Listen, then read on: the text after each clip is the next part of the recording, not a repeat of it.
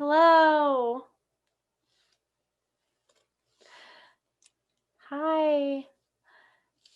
Hello. Can you guys hear me okay? Kind of loud? Good? It's okay? Yay. Okay, awesome. We're just gonna wait. We're just gonna keep admitting a few people in, and Kwonyin was experiencing a little bit of some tech. Oh, well, is it me or is it? Well, let's see. Okay, so we've got. Okay, good. So we are just waiting. Kwonyin was having some technical difficulties with her internet, but we are. I'm sure we're all feeling it right now on the full moon tonight. Early this morning or tomorrow morning for us. Um, it's one of my favorites because it is, I believe, a very psychic full moon. Whenever the Neptune squares the north nodes, the nodes of the moon, it is a highly psychic time. So I highly suggest today to anybody that's listening right now, that's here early, to just get your meditation in tonight, and to put some kind of special time aside where you can be with all of your multiple selves alone. Um, if you feel like you aren't familiar with the term multiple selves or multiplicity, Gemini just rules the different forms of intuition that you have. And so it is one of the most intuitive nights in the next few months. There will be a lot more of a positive shift coming. So just wanted to talk a little bit about that. And I have two more people coming in. All right. So we've got this and yay.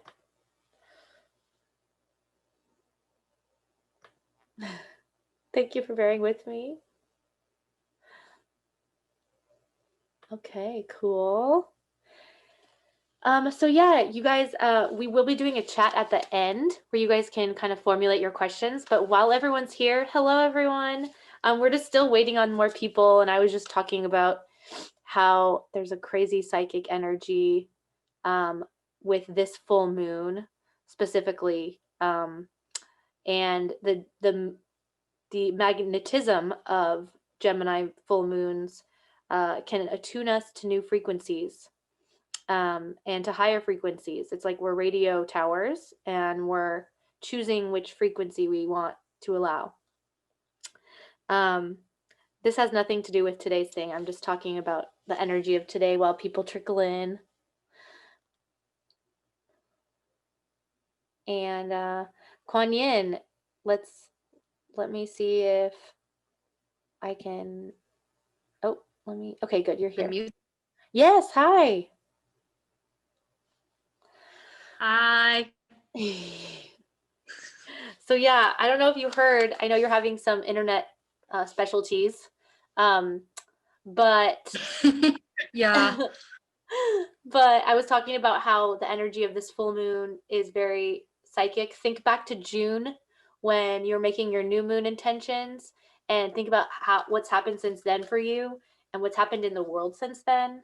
Um, and it's a perfect time to reflect on your highly insightful intuition and dreams at this moment as you're attuning yourself to higher frequencies, choosing to attune yourself to that frequency of what you want to connect with.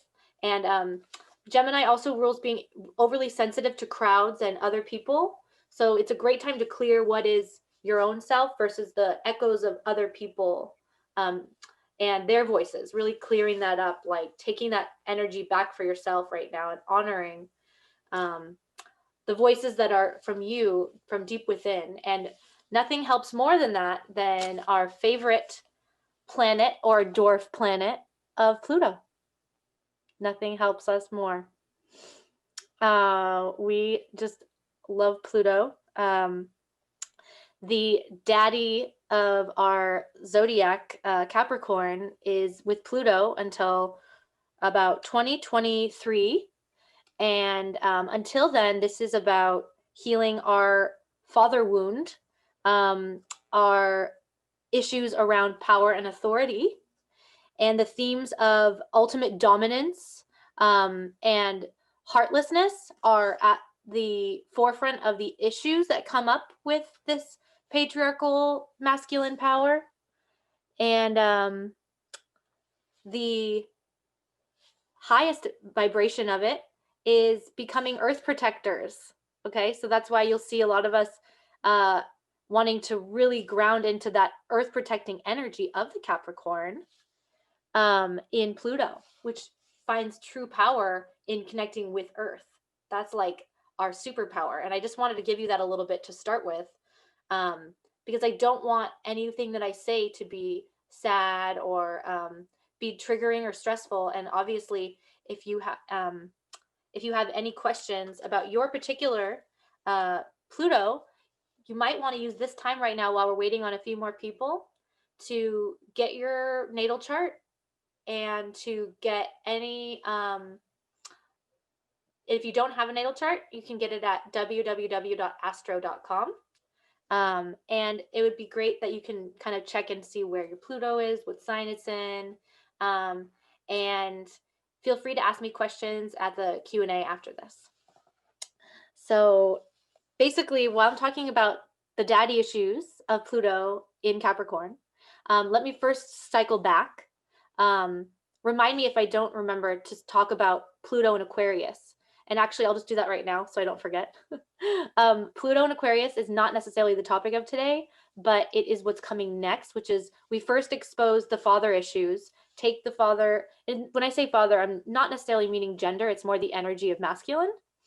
You take that masculine energy, you take him to therapy, take that masculine energy to therapy, really get behind the motives of the power.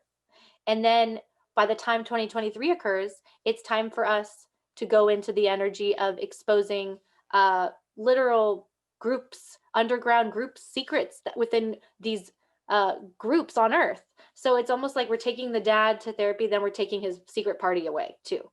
So it's a lot of energy that's happening over these next years. And that's the most simple way. And then we'll get into the more astrological detailed lens here now. And I guess I should just start, right, Kwonyin? Okay. So basically Pluto, you guys, I don't want it to be confused with Neptune. That also rules secrets. That's also highly psychic.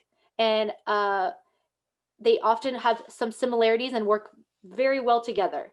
And this is because Pluto is a Scorpio, okay? And so a lot of people in this group might be Pluto and Scorpio. You might be Pluto and Virgo, might be Pluto and Libra. You might be Pluto and Leo. But right now we're in Pluto and Capricorn. And so from like the 70s, starting with Leo till now, we've been in a cycle of rebirth, starting with Scorpio. When Pluto has entered Scorpio, that's its moment of rebirth. So in the early 80s, right? That's when that started, that energy, or mid 80s. So since then, we can see that the people born around that time are really like allergic to power dynamics and power structures. And so that kind of energy is going to explain and set the tone for Pluto, which was discovered in 1930, right around the time of the great stock market crash. So I'm going to open up my screen sharing, and I'm just going to take you to my fun software, and then we'll go and check it all out. Okay, you can see, this is Kwonyin's chart. Yay. Clearly, I'm obsessed. So yes, Kwonyin has a great chart, and we will be going back to that in a little while.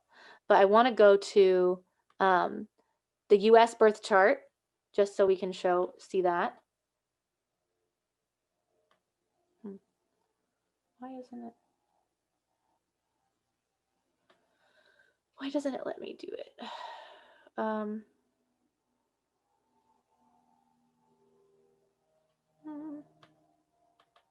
Okay, it did.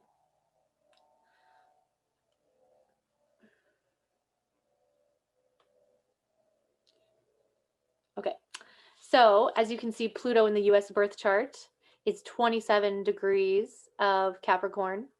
Kwonyin, you guys can see it, right? Um, so yeah, in 2022, right now it's at like earlier degrees, but pretty close. And what that means when you have a return in Pluto is that you're reigniting that cycle and starting over. And that's the big theme that I want to drive home about Pluto is it's the rebirth and the death energy that comes from the attitude of full um, vulnerability and openness to the unknown. So fully opening yourself up to that unknown, uncharted territory and allowing yourself to discover the power dynamics at play within yourself and within that energy. So Pluto acts like a giant ball of um, like a giant ball full of all kinds of layers, like an onion, right? Peeling away every single time that you hit a karmic or soul level upgrade, which is purely while it's what it's here to do is it's here to transform us, because as souls on earth we come here, and you wouldn't believe it, but from what I've gathered from when I did my channeling with Pluto and a few other of the gods and goddesses, they told us that we are here to like really get out and churn and burn away, like churn and burn our energy, to make way for something new. And that can be with the birthing energy, as Pluto rules the lower, the sex organs. And also, Pluto is responsible for the underworld. Okay, the guardians of the underworld, which is the vibration of um, lack of vulnerability, lack of connection. And so what Scorpio seeks and Pluto together is they seek deep connection, deep wisdom, and the solving of secrets. Um, although Neptune rules secrets, Pluto is here to expose and to alchemize all of the hidden fears that are stuck within your family cycles. The houses of 4, 8, and 12 in your chart, if you guys know, if you guys have your charts with you, are going to be the most powerful and the most obvious for that of a shadow worker. Because before I go any further, some people are just not really going to want to learn about this. And that's what Pluto also sort of has, this protective energy, and really, and so people might be working with it, but they don't want to really know what they're doing. And that kind of energy was accidentally combining with the Piscean age, which was exposing so many flaws within the religious and patriarchal systems, allowing people to access power without properly dispersing it or being of service with it. And in the Aquarian age, there is absolutely zero tolerance for hiding, secrets lurking. All of that energy is just going to blow up in everyone else's faces. It's not anything that will be tolerated in the Aquarian age. And we've just gotten started. So let me go back to the keywords of Pluto. So Pluto is the shadow worker, and it is ruled by Scorpio. Obviously, if you have Pluto Scorpio, you're going to be extremely sexual, and you will do a lot of good to yourself if you are learning about your own sexual desires, sexual connections, and power through that. And because of that, most people with Pluto and Scorpio will be afraid of how powerful they are within their sexual activities and might even completely block it out.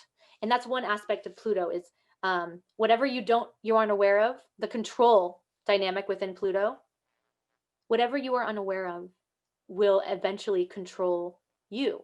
So it's almost like taking your power back within the dynamic of wherever Pluto is within your chart, resurrecting yourself from the cage of the unknown, of basically your fears are keeping you in a cage, and you're breaking out of the cage by acknowledging, diving in. So we can start through all the houses, since I'm and I just want to make sure that I have everyone in here. I guess that's so. Essentially, Aquarius or Pluto in Aries is or Pluto in the first house. So we'll start with Pluto in Aries. So there aren't going to be probably a lot of Pluto Aries people, but um, this is representing your need to be seen, and these two energies together are definitely considered positive because Pluto is exalted in Aries. So what does that mean? It just means that you are going to have a lot, you're going to be able to express higher vibrations of Pluto with this placement. um, However, there is a big theme of the inner war here, and you want to transmute that inner war that's present by becoming the outer warrior. And when Aries is in its highest, they are the warrior with a cause, right? Warrior of a champion of a cause. So that's a great way to look at Pluto and Aries. And at the same thing, if you have Pluto in the first house, it's going to be a little more easy than that. It's still going to be flowing more positively, but it's showing that you've completed a karmic cycle. So you will have completed a karmic cycle by Pluto entering into your first house. Um, and this is also a big power struggle. So you are going to have a lot of hard time integrating and understanding power until you fully access it through your body. And there's a lot of physical activity that's recommended for that. And then the example is Ram Dass. So then we'll go into Pluto and Taurus in the second house. So Pluto and Taurus is literally all about making money during the Taurian periods in time. There's a lot of money to be made, similar to Capricorn, and we'll get back to that in a second. So Taurian Pluto, you are absolutely looking to feel emotionally and financially stable and reclaim all of that. And because of that, you're going to be given a lot of outside and hidden difficulties because the eighth house is opposing you there. And whenever you want to look to what else is happening within your Pluto, you go across the chart to the opposite house. So in Pluto, Taurus, you basically have disbelief of all things unknown at an early age, and you end up blossoming into that Hierophant energy or that emotionally um, sovereign energy as a gift from Pluto, because Pluto always gives you a gift um, for even taking the journey, right? We haven't been working necessarily with Pluto in that way. I'm just admitting someone else in. We haven't been working with Pluto necessarily um, long enough to understand fully um, the great power that comes from charting unknown territory within your psyche. The subconscious is all of the unknown. So you can go as spiritual or as mental with this as you want. You could be thinking of it as, okay, it's the psychologist of the zodiac, right? Or it's the um, deep well of emotion excavator, that kind of energy of like deeply emotionally probing, right? Um, so when you take that energy through each sign and house, for those who are just joining, uh, you basically the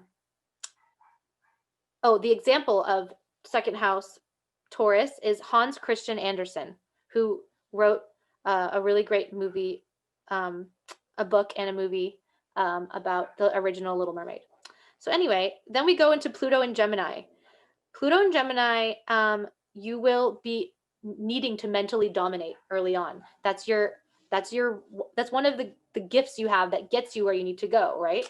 But what is that mental dominance uh, having you escape from? It's having you escape from truly feeling as though you've balanced your dualities within yourself to become that witch energy or that psychic energy that Gemini really is here to do, that isn't as necessarily well known or understood in Western culture about Gemini. So when Gemini meets with Pluto, of course, it's an interesting dynamic, but in the third house, um, you will want to look at your reactions closely because the emotional body within the Gemini is highly attuned to those circumstances and frequencies around them. So it's really, really important to study with hypnosis or depth psychology with that placement. And also, it rules the third house. So there is a strong need to have high states of education or at least do very well academically. And you would also do well to get involved as some kind of spiritual shaman with this placement, in a sense, right? So then we look at who has Pluto in Gemini. It's Robert F. Kennedy. So then we go to Pluto in Cancer. This is, if you actually have your Pluto in Cancer, it tends to be like a lot of death, especially on the feminine side of the family. And there could be obviously literal death, but a lot of ego death within the women's side of the family. And it could be very hard placement. Um, this is a strong ancestral rerouting sort of vibration if you have this planet. If you have it in your fourth house, generally you're going to be focused on finding your place on earth and creating a new family from that. Really starting over with your beliefs and value systems and creating care. And so a lot of times Pluto in Cancer will be without care. Um, and the same thing with the fourth house Pluto. So I can take this birth chart down, but I just want to drive it in that the United States has an issue where it wants to capitalize and own everything, right? That's the energy of Pluto here in Capricorn. It wants to own all of us, right? That's the energy. And now with its return, Pluto is a little different than the other planets, though. Pluto doesn't allow things to get passed over from one cycle to the next. It has to start completely over. So, what do you think happens when there's a Pluto return like that? Well, I believe that it's going to be causing a clean slate sort of energy to be obviously occurring. Like, we're going to have to start over, right? And that's financially, energetically, and basically reclaiming that. But at the same time, this energy can be working with us because astrology is for everyone, right? So we can work with this Pluto in Capricorn energy over the next year on our own by healing our shadows to and our whatever we have in resistance to that father archetype or that ownership archetype of not being able to being deemed as not being able to make decisions on your own. All of the different things that you have within your own life that might relate to that are highly advised. And if not, if you don't have any issues with that, then you can look at your own Pluto and you might see why, right? But what we don't want to be is accidental allies. Okay, that's very dangerous, right? Being accidental allies of the Plutonian control, takeover, dominance, empire type energy, right? And so, anyway, we don't want to be accidental allies. And so we always want to know what it is that is in the psyche of those who are not experiencing um, emotional understanding of themselves at all. Most people with Capricorn and Pluto will completely avoid emotions at all costs. So they have to go work in that eighth house energy, which America knows a ton about because look, we have an eighth house stellium in America. We understand. We're ready for an emotional, clean slate and a nation built on emotional care. So all Pluto needs to do is go back here and just embrace who they naturally are, which is a healer. And America is, it doesn't the fact that it this birth chart, the exact date of this, it's pretty perfect, this chart as a reflection of America. But yeah, to heal Pluto, especially in Capricorn, like right now, we have to assist with not engaging or adding fuel to the fire of power dynamics over you. If you have anything that you can help, that's a big thing. Otherwise, encouraging that masculine for-profit energy that seems to live completely blind to what's actually happening, that's like a vacuum that's just sucking energy, right? So that energy, it needs to have feel like it can be vulnerable. It needs to feel, and all that we can do as people is nurture that Cancerian energy of the opposite, and also nurture within ourselves as we collectively raise this vibration and heal our inner Plutos to then come together during the Pluto rebirth. And I'm sure by that time, I will be, hosting a Pluto party. Hopefully, we'll be out of all this, right?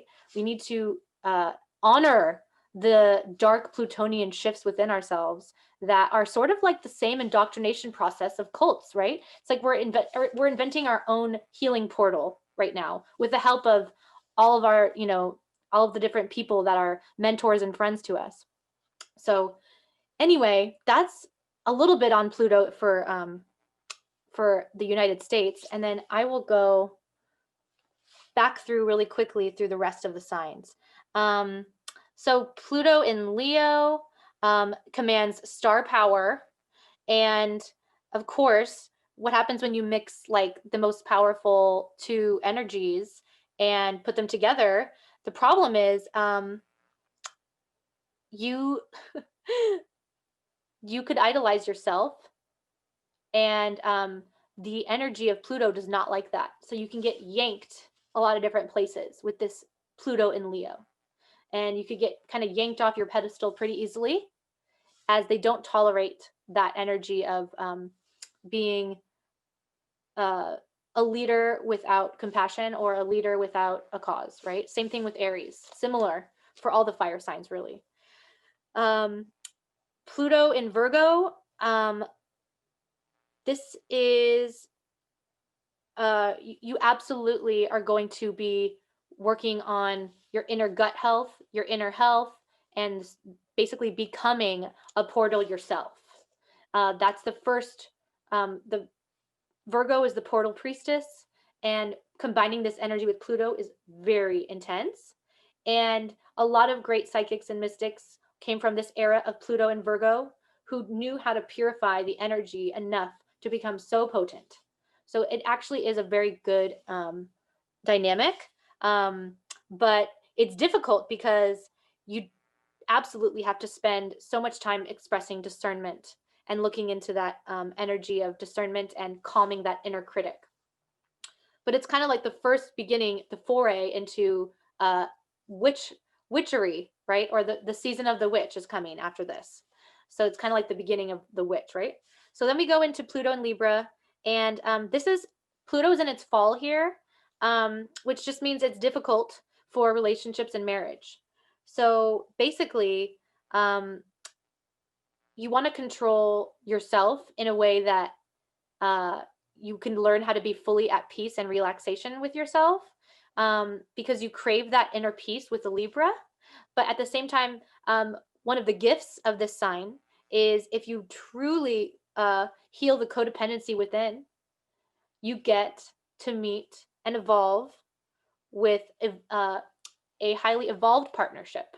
So this was like the era of highly evolved partnerships, but a lot of them, because of the state of the world, a lot of signs are having a hard time highly evolving, right? That's why we all need each other and checking in on how to help our evolution along the way. And an example of Libra 7th house is Alan Watts. So Pluto in Scorpio obviously is in its own sign, so it's very powerful. We talked about this earlier, very sexual. And because of that, they're going to feel awkward about it, or they're probably going to, like I said, with any of these signs or placements, some people who have Pluto, because everybody has one, they might just completely avoid that area. So we'll go into Pluto Scorpio. They can't avoid this area, because when Pluto's in its own sign, like we said, it's the new cycle, and they have to honor that new beginning, and they cannot take what's wrong with their past into that future portal. So it's a true alchemical placement that is for anyone who wants to become an alchemist, or a witch, a healer, and even a death doula. This whole area is about understanding and being safe and comfortable within that deep unknown. And then Sagittarius, ninth house. Um, okay, this is amazing because spiritually, the Sagittarius can transcend and attain high achievements with this placement. And they have to heal their shadow, though, of toxic positivity and law of attraction, um, and creating that new course of higher states of inner evolution, transmitting into outer um, teacher. So they can become that spiritual teacher from this placement. Um, then we have Pluto and Capricorn, which we talked about so much. Um, so then, oh, and one example besides the United States is Pramahasa Yogananda. So maybe he's the elevated, or one of the more elevated versions of the patriarchy. I don't know. Um, so then we go into Pluto and Aquarius. Obviously, this placement is revolutionary. We're heading there in 2023, but really in 2024. And boy, do we have to watch out or get ready, right? Buckle up, because Pluto in Aquarius is the revolutionary. It's exposing any secrets of specifically groups of people, which is interesting. And also, they learn how to respect and create healthy humanitarian visions and ideals on Earth with this placement. And they go through a deep need to understand their emotional sovereignty and freedom, so that they can better express and lose their need to control others through groups. So I think that's going to be an interesting theme and dynamic we will all be surrounded by. And I think with greater knowledge of what's happening around us, both astrologically and in the dream and reality worlds, we can better assess our boundaries for what we want to get ourselves involved in and what we want to participate in coming up, right? So obviously, we're going to be on the revolutionary side, creating real change here. And the example of the Pluto Aquarius is David Bowie and Albert Einstein. So we have our last one, Pluto in Pisces and Pluto in the 12th house, which Kwonyin has this placement. So this is a strong desire to leave your mind at an early age. You also want to leave this planet sometimes, because it can be, imagine that the 12th house is like the vastness of all the oceans in the world linked together, combining a continuous pool of self-generating evolution. Just imagine this watery energy that has no end, and that's where you stick in Pluto. Has no end, and the amount of excavating is endless. It's almost like you have to learn to love this deep excavation process, as Kwonyin clearly has paved the way for us, because there is always going to be an extra layer in the 12th house Pluto. You are not done until you are like fully integrated into all dimensions with this. It's definitely a psychic placement, and it is asking you and showing you that you are blessed within this lifetime of basically being in your last end of your karmic cycle, first of all, and um, basically releasing all the karma in this lifetime too. So this aspect is highly indicative of a shadow worker shaman energy. And definitely, in order to get better at this placement, one of the things that you can do is go to that sixth house and really get a hold of what you're doing during the day, and really get a hold of what it is that you accomplish actually, and also what it is that you tell yourself and feed yourself emotionally, spiritually, and physically.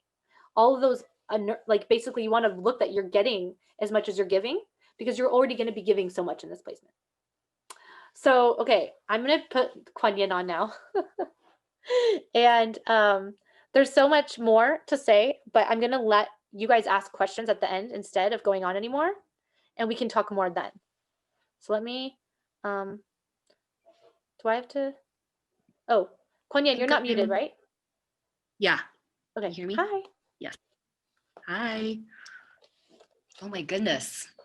Thank you so much, Cody, for As someone your who just saw me go through and talk for Pluto like so download. long, do you have any questions about what I said? Could you clarify anything for the group in case I? Oh, are you asking me? Yeah. Okay. I think I'm just, digesting, letting all your magnificent Pluto downloads just seep into my molecules. There's so many golden nuggets in there to help us through the next, prepare us for 2022. So Yes, I can't wait. yeah, and it's just a perfect time for shadow work. Yes, and I think what's coming up for me is how we can anchor all the kind of mental understanding into our bodies, and really coming down to how we can align ourselves in a way that's really supportive and healing and self-awareness raising for the next, all of these cycles that are happening, into really rooting it down to on the mundane level of how can we really harness our own powers to actually help this process of dismantling happen. And because I think it's a parallel process of dismantling, destruction, and creation at the same time. But to even know, like having that North Star of it is possible, we all have the power within us to unravel these really old patterns of patriarchy that have been so deeply embedded within our psyches. So yeah, and I'll get into how we can just really practical tools that we can that you can implement, which, I'm going to talk about triggers in a little bit. But one of the things that I wanted to say about Cody, when you're talking about, the US having this shadow of domination and owning, like really wanting to own everything, and how the Pluto return, I feel like, is an opportunity to actually, I was thinking about that's the shadow side of domination and owning, is when it doesn't take the other as a part of itself.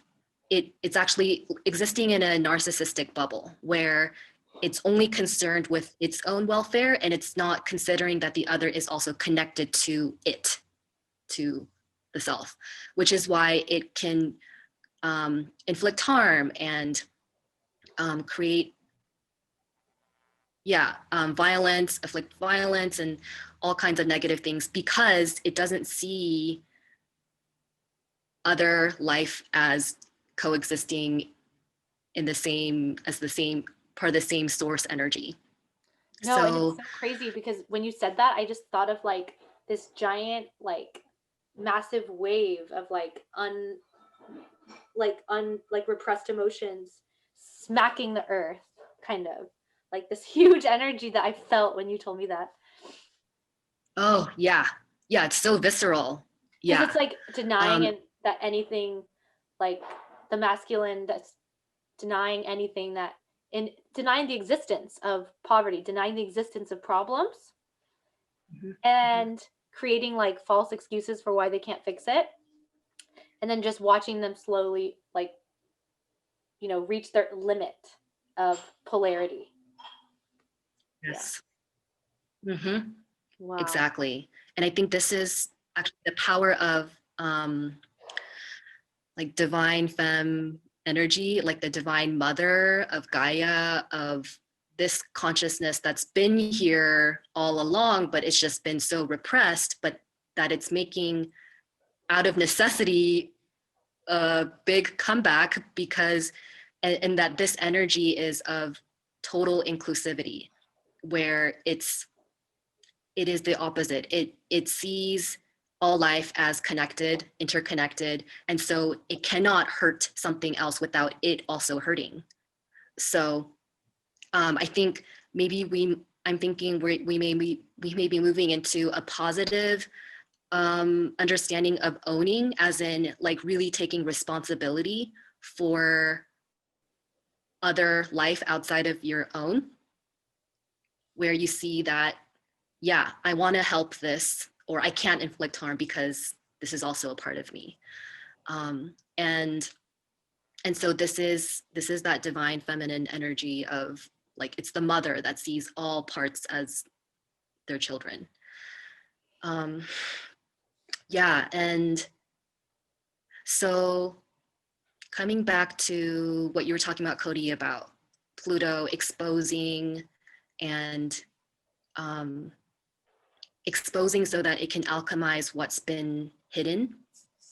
So to just kind of bring it back to the power that we do have, because I think sometimes it can be really overwhelming to think about all the things that are happening out there, like in the government, and like, and you just feel like, what can I do? I'm just one little person being, you know. But recognizing that each of us is a microcosm of the macro, and coming back to the fundamental tenet of all, like the universal law, which is as within, so without.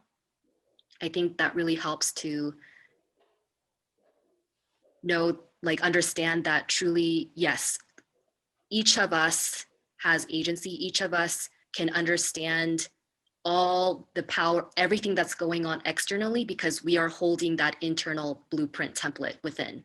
And so if we can, each of us, work to resolve those toxic power dynamics within, because we are all socialized into this world and we're all holding that trauma of having to be socialized and having to disown or reject aspects of ourselves, which gets pushed down to the subconscious, which is what the shadow is.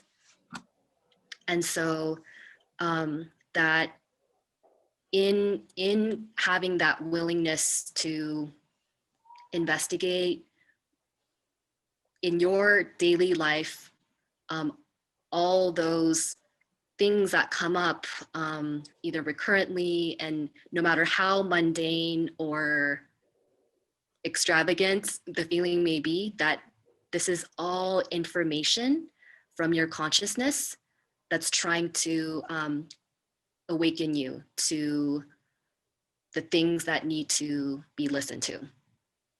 So yes, and that'll segue to what I wanted to share about regarding triggers.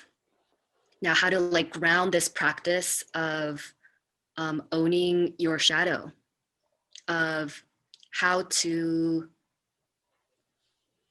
bring awareness to integrate all the schisms that we experience internally.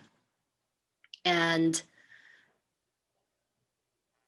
that it's also the understanding that these schisms that we hold internally is created from unresolved distress, AKA trauma, and that we are more or less, you know, like living in a state of, we all have these polarities and we have all those like toxic dynamics of domination and like oppressor and the oppressed, like that this lives inside of each of us. And so when we can start to work with those internal polarities, and this is and seek to find understanding for how for why certain parts are taking up more space and maybe disallowing some other aspect of yourself, that this curiosity and this investigation starts to bring what was like really separate and polarized and starts to bring them closer together into harmony and unity, and where parts aren't working against each other, but with each other. So we can model that first by within our own selves, and that this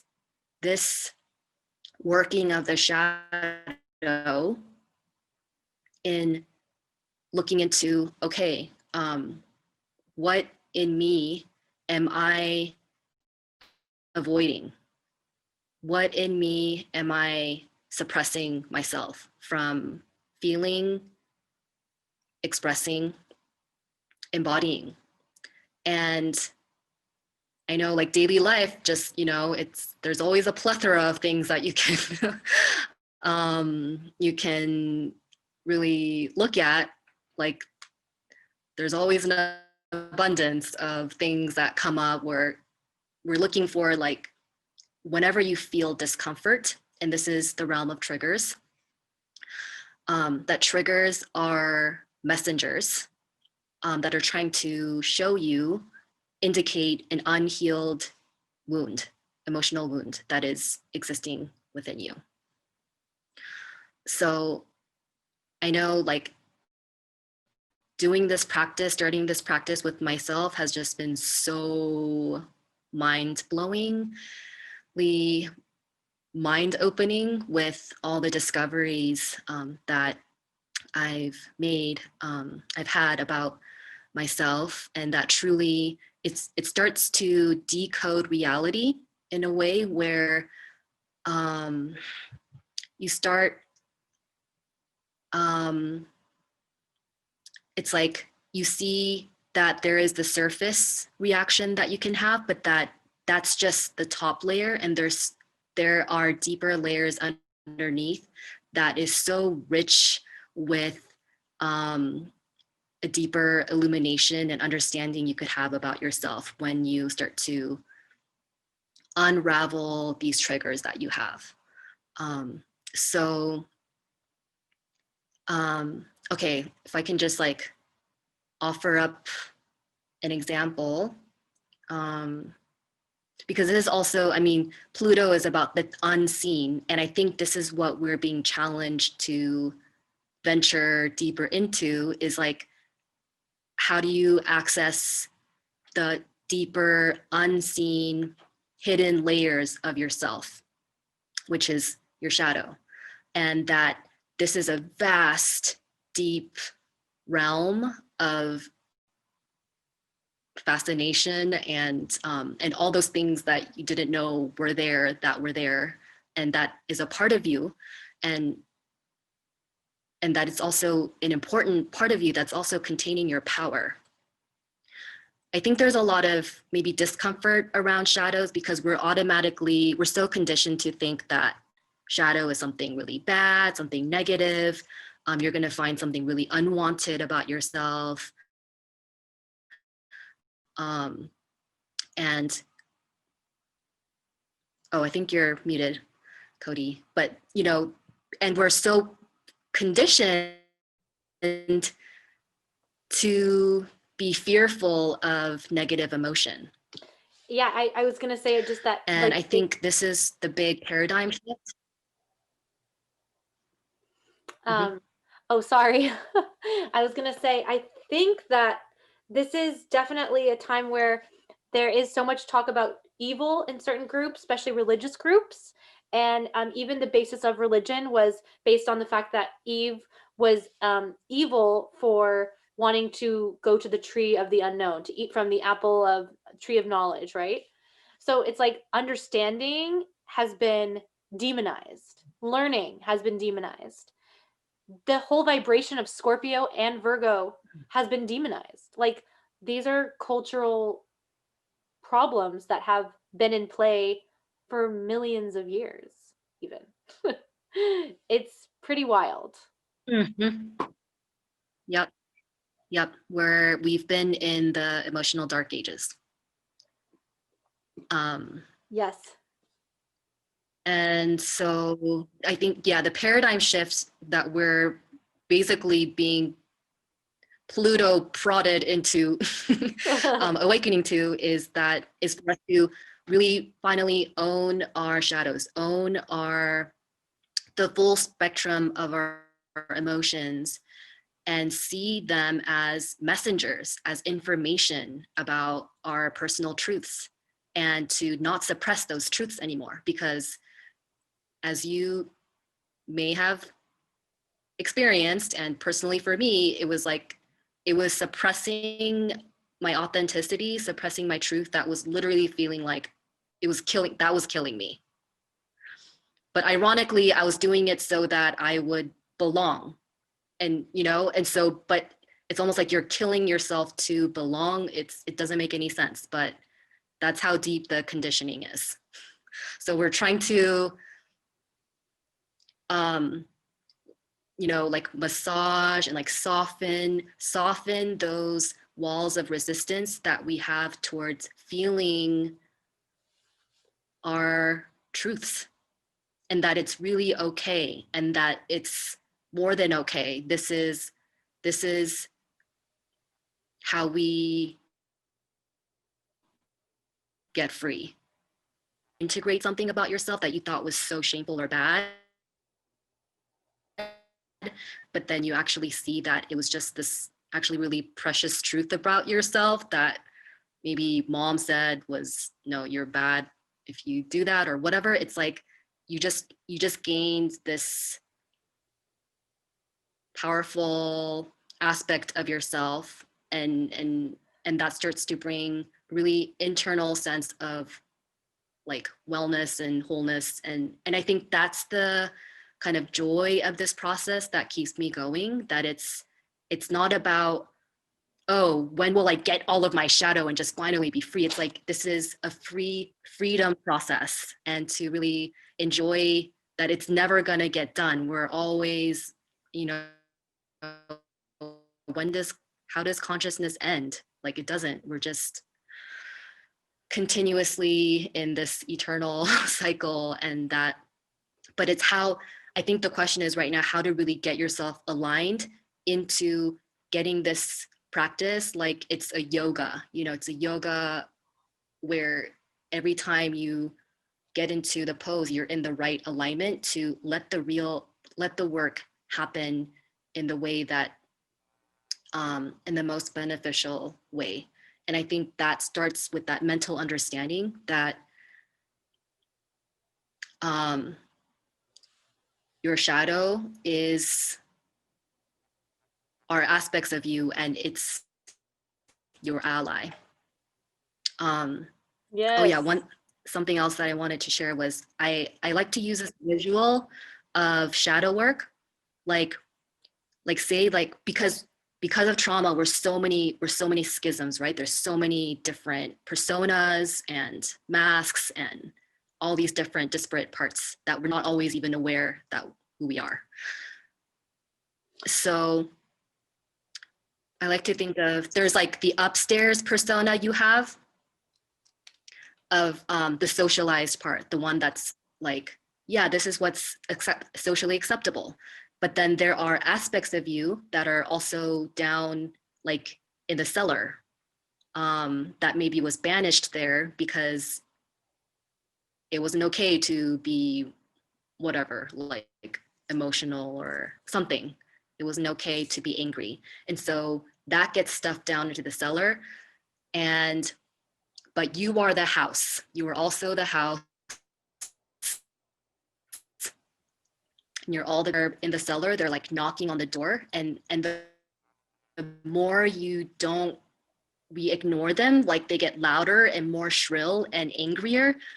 And so that's what triggers are, in a sense. Triggers are like the knocks that are like, hey, I'm trying to get your attention. And I wanted to say something And quickly so, too. yeah. Could I say, basically, I was thinking about Yeah. this with what you were saying. It helped. I feel like every time I listen to you, you're like activating all these things in my head. So I felt like basically when you talk about these this sort of parenting, like reparenting yourself in your house type in energy, or like you know, revolutionizing yourself through inner discovery, right? Like uh, I think about how trauma is so different because of say somebody feels like they had the quote unquote good parents. What that usually means is the indoctrination into being good in the way that society wants you to be good. And so a lot of times if you have specific traumas, those are specific invitations from God to let you know that you're here to be a shadow worker or you're here to do something else. Um, and the indoctrination process of a good family that's emotionally usually at the same, you know, it's usually needs some help emotionally, right? Like everybody, okay? But that in itself is more like that shield blinding you. And often people with specific trauma that acts as that cellar that's flooding, right? Or something. So anyway, I just wanted to go in there.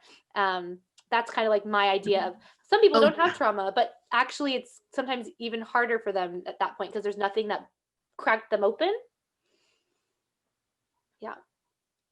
It's like a crack that yeah, it's like invites how you. thick did you have to build to feel like no, everything is fine, everything is fine, everything, it's like, Yeah, like how thick okay, are your walls and no, how if you're born on earth, yeah, if you're born on earth, you have trauma, and we all have PTSD. There's yes. no way around it. But the thing is that I think like trauma also is, it's like it's part of your soul purpose to know, because okay, as an example, say you grew up in a family where they're like super maybe like academic, but you're actually really more artistic. And so you were discouraged from doing anything creative. Yeah, because that was just not what they valued. Um, but then later down in your life, you realize you're really unhappy in academic stuff, and you have this oppressed artist within. And so actually that trauma of the family discouraging that in you becomes the very fuel for you to really own your artistry, because of that tension that's created with like, oh my God, I'm so unhappy. And and realizing I've been unhappy all my life because I haven't really been living in my authenticity.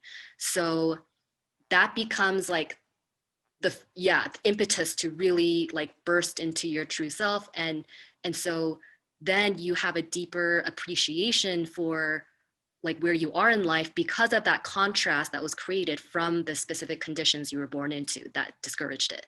So it's like, it's almost like how, and also you have a deeper appreciation, because how can you appreciate anything without knowing the opposite? And so that's also part of earth. Like we're here to experience contrast. You can't really understand love unless you've experienced hate. You don't understand what abundance is unless you've experienced scarcity. Like, so it's just, we're playing with contrast here. And I think, with Pluto, it's like we can appreciate all the like exposing and rebirth and death, because we've been for a long time all in this like building up the walls and like resistance and like denial. So now like this feels almost like orgasmic, right? Like, yeah, like when you finally just get to release and say, fuck that, like how cathartic. I mean, it's, Oh my gosh, that sounds it can feel amazing. really good because of contrast. Oh my gosh, yes, I love it. I feel like I want to share my I like just tapping sometimes. Like I don't give an F, just having your own little inner fun monologues of like making your own mantra up of like I am abundant and I don't care what anybody has to say about my opinion on, whatever. So you can make up your own little thing. And I feel like those are fun antidotes to get you like aware, especially with the Gemini full moon right now, kind of tricking your brain. Because remember that your brain actually needing to be clear is all the work of what Kwonyin is doing. Is clearing your subconscious. It's literally clearing and deleting your subconscious in a way that's up to you and has nothing to do with anyone else being in control of you. It's all in your own way, which is kind of like the first time we've been doing this on Earth, because usually we have to do it underneath some kind of master who is deemed a master of something, and then you know, are like indebted to them. And the healers of today are much more sovereign as we're ushering in the new era. So clearing your head, just like what Kuan Yin's work does specifically, really clears out that subconscious, which steers your entire life. And you guys probably, some of you probably know all of this, but I'm just saying, like, it steers your entire life. And that's why the mind, especially today that we're talking about this, clearing that subconscious is going to help you so much more with every aspect of life. So it's like Pluto is here to help us transform all that is unknown about ourselves, which we don't want any of that. We want to just expose it all and get to know it all. So anyway,